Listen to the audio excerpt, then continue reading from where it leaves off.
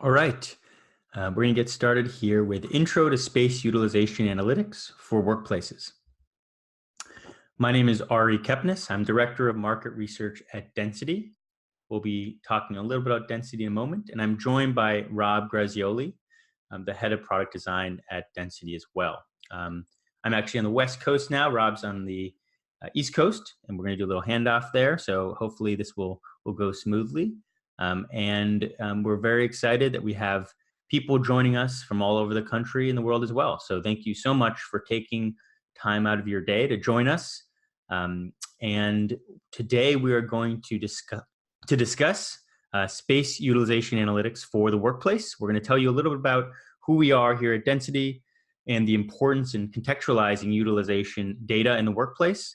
And then go into, with Rob, a pragmatic approach to what does this look like in the workplace and take your questions. On that note, at the bottom of your screen or at the top of your screen, you should see a folder that has Q on it. It says Q&A underneath. So as we're going, please feel free to include your questions. You can post them anonymously or not. We encourage you to have your names, but if you feel more comfortable doing that, that's also okay. And Jen, just a quick note here. We will be giving away $25 gift cards to Amazon for everyone who completes the requirements of being in the field and staying for the remainder of this. So thanks again for taking the time out of your day. We know it's busy. We know you have a lot going on to learn about this concept of space utilization data. So thanks again. So we are Density. Density is the new data platform for the connected workplace. And we have a people counting technology that enables organizations to measure efficiency between their largest assets, people and their workplace, their real estate. So we measure how many people are using different parts of a building, of a room or a floor, and we will talk more about that later. But we are both the hardware and software solution for that. And we have a team from Microsoft, Apple, and SAP. We were founded in 2014.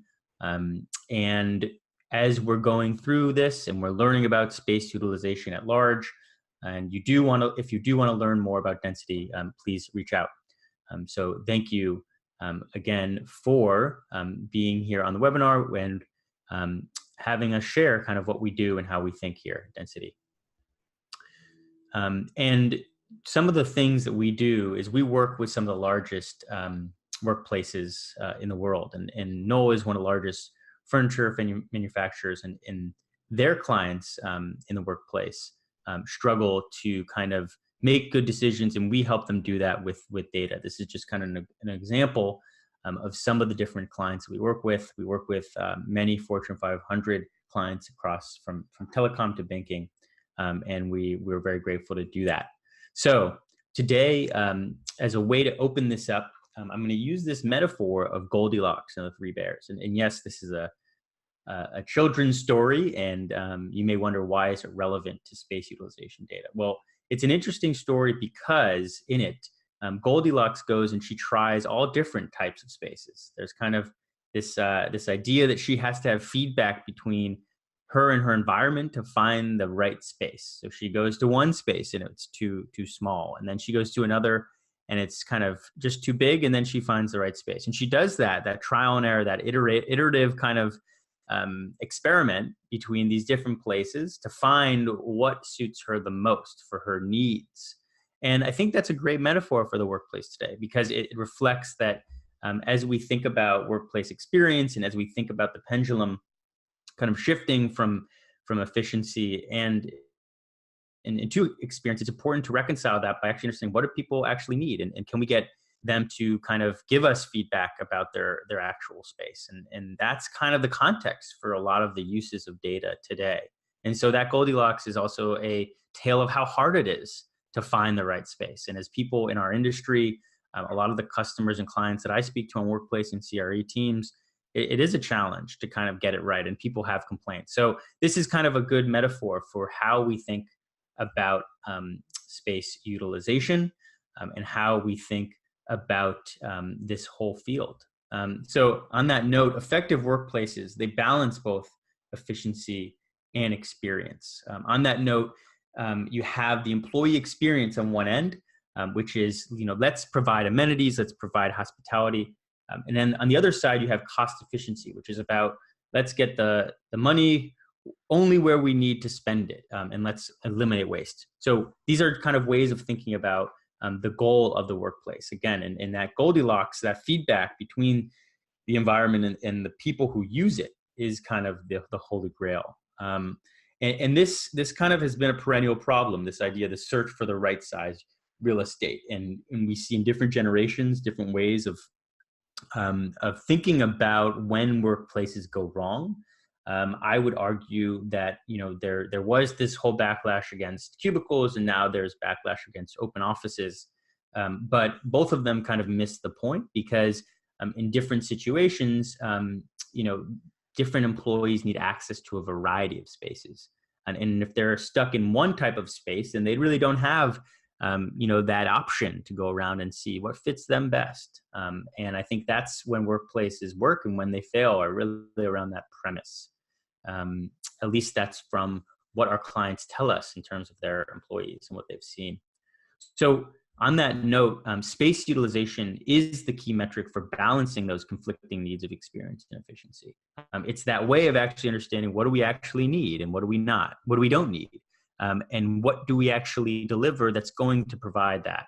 And so 83% of CRE execs, this is a survey from Gensler, see space utilization as the top metric for decision making, which isn't surprising, because you can actually understand, okay, how are people using this space? And I'll define that a little more clearly in just a moment, which is this idea that how are we using this space? How many people are in, let's say, this room, compared to how many people could be there, or how many people that room was designed for.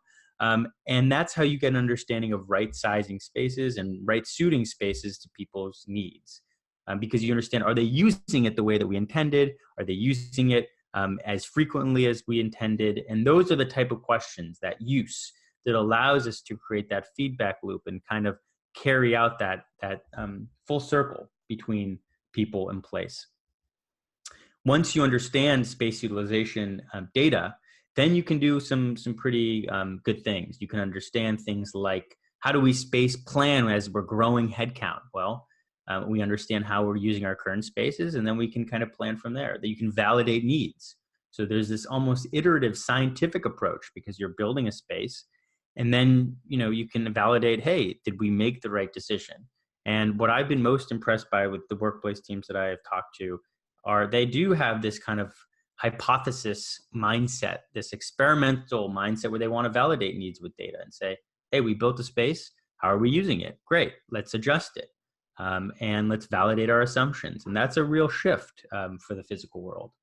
And then reducing costs, because you're not spending on underutilized space, you're spending on the areas that are actually producing ROI, or producing areas for productivity, which is the whole point of a workplace in the first place. So that's kind of thinking about the problem of experience and efficiency, and how space utilization sits in the middle to be able to provide these benefits. Now, today we're a long way away from this. This is just our last slide before we go into kind of what this will look like in practice. But underutilization, unmet needs are, the tropes of today's casualties for workplace. So we have 40% of real estate today is empty but paid for, massive underutilization. And that's mainly because of a lack of understanding, what do people actually need, and not really having a good understanding of what the variety of spaces that can be built based on those individual needs of specific employee teams. And then the other concepts here are around kind of people not being satisfied with how they're using space, or people leaving their last role because of a workplace not optimized their needs. So there's almost this like competitive advantage today. And when you get this wrong, you can't do that. Okay, so on that note here, we're going to kind of share what this actually means in practice. And Rob is going to walk us through some of the more kind of granular ways that space utilization can help. So Rob, if you want to share your screen here and walk people through, we'll get that underway. Great, thank you, Ari.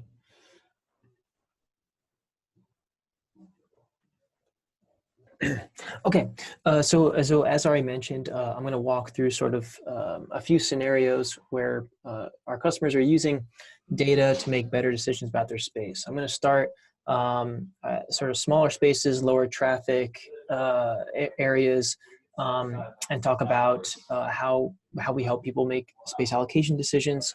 And then I'll sort of move up the hierarchy into higher traffic areas and how people can improve operational efficiency, and then sort of take another step back and give you guys a sneak preview as to how we're working with some customers to manage their very large real estate portfolios.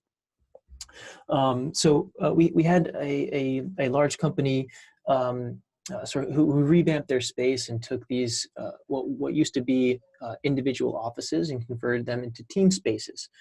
They had a new labs team, and all of these spaces could hold around 8 people, and they took a one-size-fits-all approach to that space design. But very quickly, they had requests for more space. They found this odd, and they were looking to density to help validate that request, which is very common. I think as space planners, you want to give people the space that they need so they could be productive.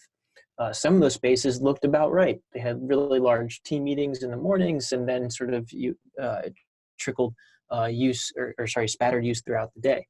But a couple of those spaces looked quite the opposite, where you really had very minimal use. So you're not really taking full advantage of those spaces. And this doesn't mean that those spaces aren't being used. It just means that they're being used differently. So what was really cool is this particular team decided to give the new labs team more options. So they had their large spaces for bigger team meetings, and then they sort of took 3 of those rooms and carved them out into smaller spaces and gave them the type of space that they needed. Some of our other larger corporate customers have cafes.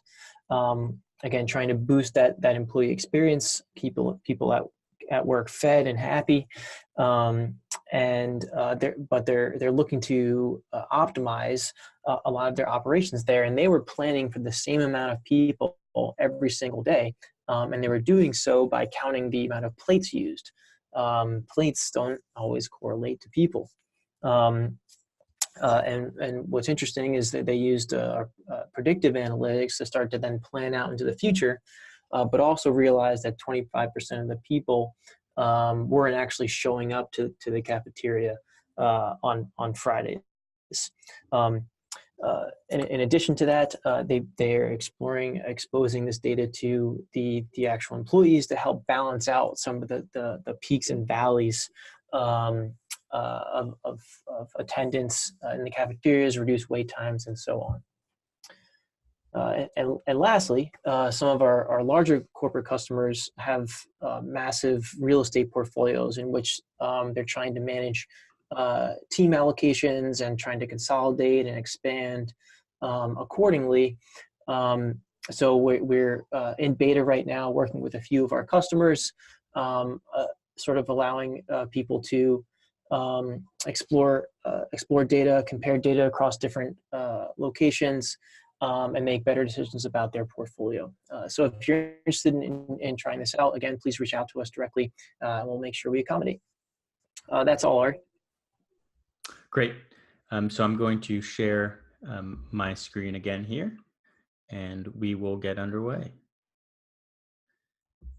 So I think what's really interesting about some of the different examples that you mentioned, Rob, is that throughout the process of organizing and creating a workplace that works, there's all these different decisions that come up.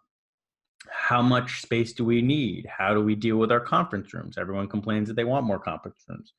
How do we deal with individual spaces? How do we deal with amenities that everyone's investing in, right?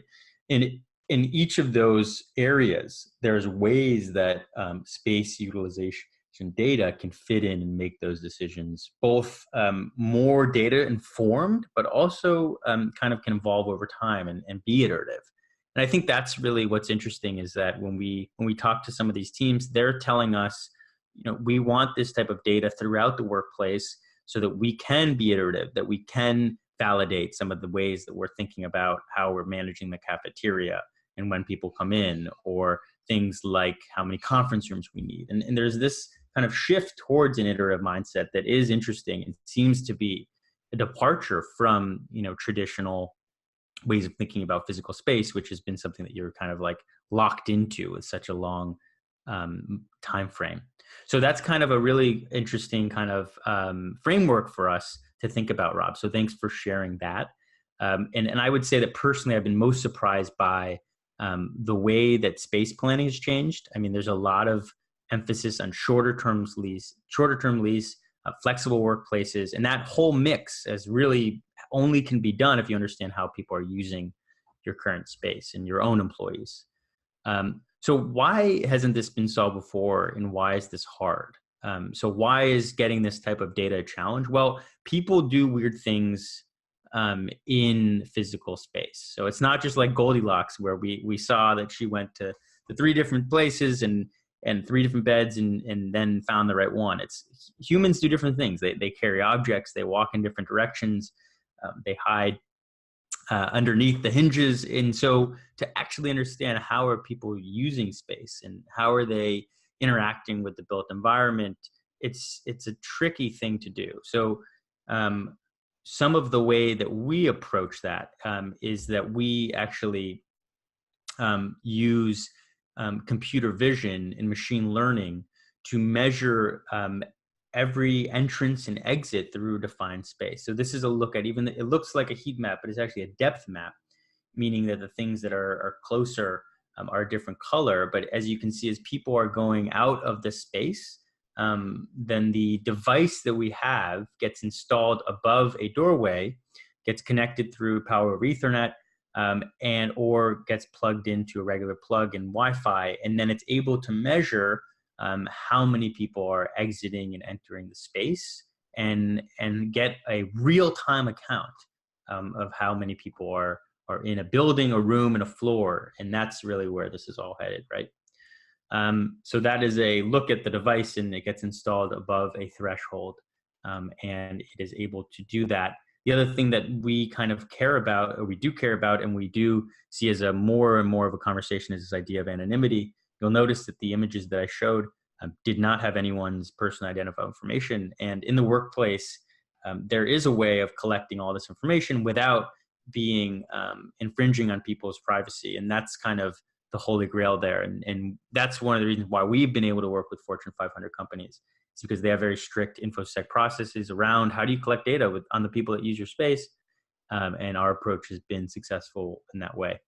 And, I think where this is all going to is that there is this concept of a platform. And our belief is that you have these devices that you put above every doorway or threshold, so you can get a real-time count of every building, room, and floor. And then you also can understand things like, how does it feed into other systems? So finding in real time a space to meet, or to be able to integrate into some of the other larger systems that you're already using. And that's kind of where this whole direction is going. So we're going to take your questions in just 1 minute. We're coming up to 20 minutes. So again, thank you for your patience. But the takeaway here is that all roads begin with data. That Goldilocks story is kind of the way to think about it. But you have to understand, how are people using the space if you're going to do it effectively. And again, the reason why is because the whole point of a workplace is to give people the spaces that they need to have a successful day. And to understand that on your own employee level requires a level of data collection. The second is start with a discrete project. I think Rob mentions a lot of different things that our clients are doing, and it can be overwhelming to think about doing them all at once. That's not the goal.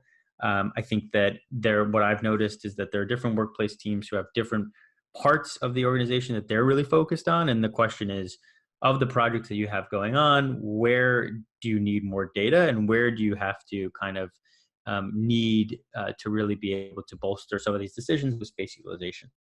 And then the last is around people are not ones and zeros, so that even though you have this concept of counting and being quantitative, it's still a human approach, and it's still about understanding these people as people.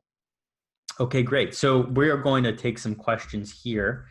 I am going to be answering some of the ones that we have here. So How does the device or the device technology integrate with other systems and tools? Okay, so it integrates in the way that we have a device that does go above every entrance, and then we have an API, and then we have our own software that sits on that. So we have the API that can integrate into other tools, and so depending on the tools, please let us know, and we can figure out how to work in that way. We also have our whole suite of our own dashboard where you can log in at any given time and see trends of how many people are using the space across your portfolio. What are the methods and technologies used to calculate occupant density within a space as opposed to occupancy count? Okay, so this is a great question. So there are a lot of ways of thinking about different definitions for count and utilization and density. So the way that we approach this is that we measure how many people are in a given space at any given time, and then based on the size of that space, or based on how many the capacity or the desired capacity of the space, you compare the two. So if you have a conference room that's really meant to hold 10 people, but it's only being used by one person, then that's underutilized. And then you can even look at the utilization rate or the density over the course of the day. And then what about historical context? Okay, so I'm glad someone just asked this. Per week, per month, per quarter, per year. Yeah, so in our dashboard, which I hope that if you are asking these questions, you're interested enough to kind of learn about how that works. But we have on every given space that you have the devices installed, we have software that breaks out, or we have our own dashboard that you log into, and you can see how many people are using that, or how many have over the course of the week, month, quarter, year, historical context. And that is the way that, as Rob is showing, we can be predictive, because we know how many people were in each space over a given time, and then it offers suggestions. So how much on average is the employee per square foot is improved through space utilization? 250 square per employee, or 200 square feet per employee? Interesting. So this is an interesting question, because I was just speaking with the head of UX research for workplace at Google last week. And we were talking about these kind of heuristics, these standards for square footage, and where is the desired square feet. And his perspective was that, it's not about trying to have a goal of shaving off 50 square feet per employee for the sake of just cost savings. It's not about that now people are moving towards a standard of 150 and a square feet per employee, and maybe 10 years ago it was more at 250. The concept of utilization data, when done correctly, is an understanding of overall, what do my employees need, and how can we give them the right types of spaces that they're using and eliminate the spaces that they're not. And so there may be these heuristics around 250 or 200, but the goal is not that. The goal is to understand your own employees. How are they using your current space? What are the adjustments you want to make based on where there's underutilization or too much utilization, in the sense that those are triggers for where their needs, and then create a space that they can use.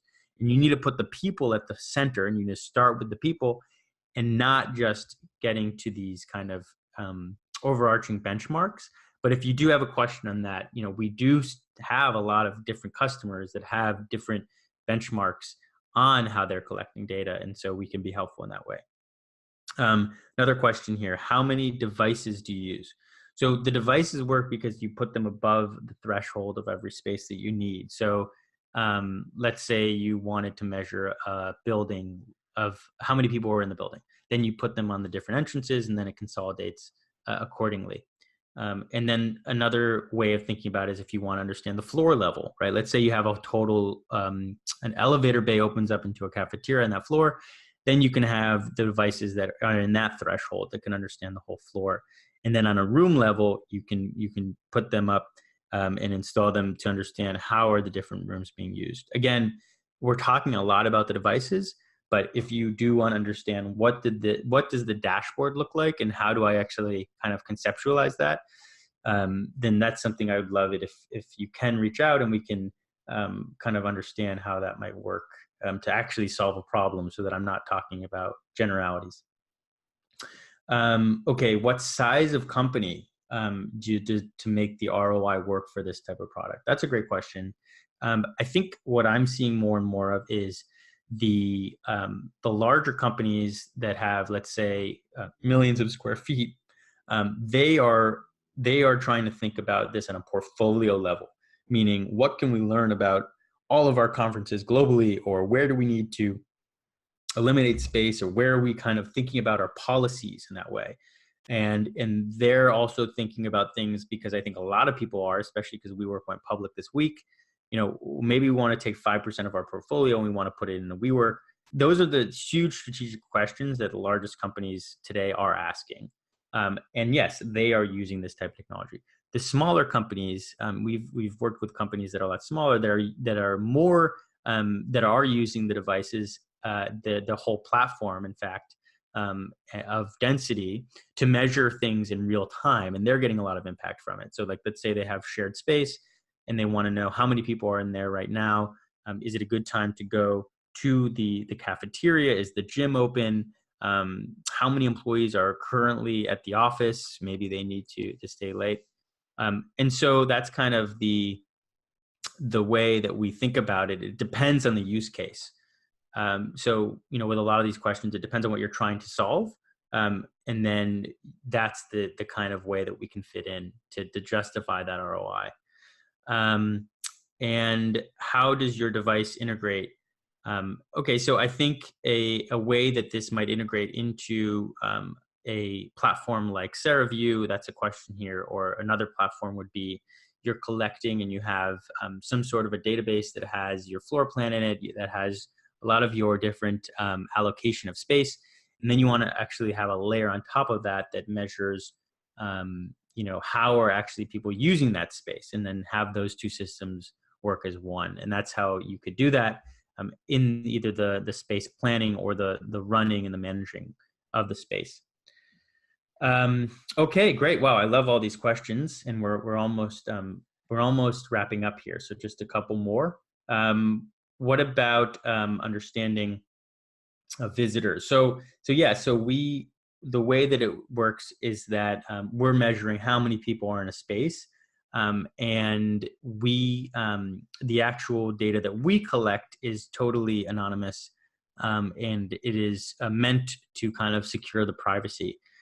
We have seen there's a couple use cases where people are already doing things around, let's say, tailgating, meaning someone logs in or badges into the main entrance, and one person or badges in, but then two people follow after. That's something that we can solve that helps discern between visitors and employees. Meaning, tailgating, it's called, is a big problem, but that's more for physical security. But that's how we kind of can help that. So the question was, to be clear, how do you deal with kind of visitors versus employees? Our device, our solution is aimed to be anonymous, but if you do have some sort of an access control system, and tailgating is a problem for you, meaning someone badges in, but then three people follow, that's also something that we solve, and it's a different use case. What is the cost model for the service? Do we rent or buy it? So this is another good question. So the way that it works, again, please, if you are interested in thinking about the cost model, then that's something that we could kind of talk about specifically to your needs and what you're trying to solve. But the way it works is that you have access to the whole platform, the solution of the hardware, the software, the integrations on a yearly basis, and in that way, it's not that you buy them, it's that you have access to the whole solution, which allows you to solve the problems over time. Are there any research studies out there that demonstrate the value of space utilization? Yeah, so I would say, if that's something that you're interested in, we do have a blog where we post research, both from our own device in our own solution platform, and how we've kind of justified ROI, as well as a lot of the research in the field. I will say that a lot of the research that justifies and talks about space utilization, not all of it is really focused on the workplace perspective, the really putting the employee at the center. Some of it is really just about cost savings, and that's where it gets dangerous. So it starts to think, like for an example, if you're trying to justify how many floors do I need, and we've seen this happen with a client, how many floors do I need to re-up my lease on, and do I need to get rid of a floor? How do I think about that? How much space should I lease in this building, and how are we actually using our current one? That's a great example of an ROI, obviously, because you can understand, well, we want to approach the lease strategy in this way, but we also learn that this is what our actual employees need. And it is not a heuristic or a standard of this many conference rooms or this many types of spaces or this much square foot per employee. It's actually an understanding of what do we need at our own company based on how we're using our current space, and make those decisions. And that's where this gets, I think, the most exciting. And so the other question here is around, is there any other kind of devices other than threshold based? So yeah, so our device is threshold based, and it allows you to understand how many people and how many people are using the building, the rooms, and the floors in real time. So that's a slew of questions, and I'm really happy to get that many, because it means that people are thinking about, how do I actually use these solutions out there to solve my practical questions? And that's definitely kind of where this all becomes important. And are there any best practices that come out of using the density solution? More small meetings, more collaborative spaces? This is a great question. I'm glad someone asked that. So yes, and I mentioned the blog. We do have our blog where we shared some of these insights. On the whole, we are learning that people tend to build conference rooms too large, to this question, specifically around meeting rooms. Most meeting rooms, I think it's 60%, are made for more than 3 people, over 60%. But more than half of meetings are for 2 people. And so, or less. Sometimes people even use the meeting rooms for their own space. So there's kind of these different across different customers. We're seeing these benchmarks that conference rooms are usually too big, and that's where Rob's point about splitting the ones you have, or thinking about that strategy, is important.